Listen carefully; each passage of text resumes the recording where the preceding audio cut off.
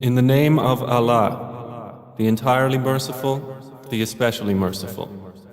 When the earth is shaken with its final earthquake, and the earth discharges its burdens, and man says, "What is wrong with it?"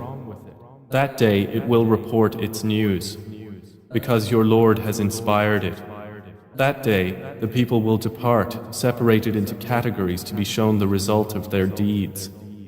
So whoever does an atom's weight of good will see it, and whoever does an atom's weight of evil will see it.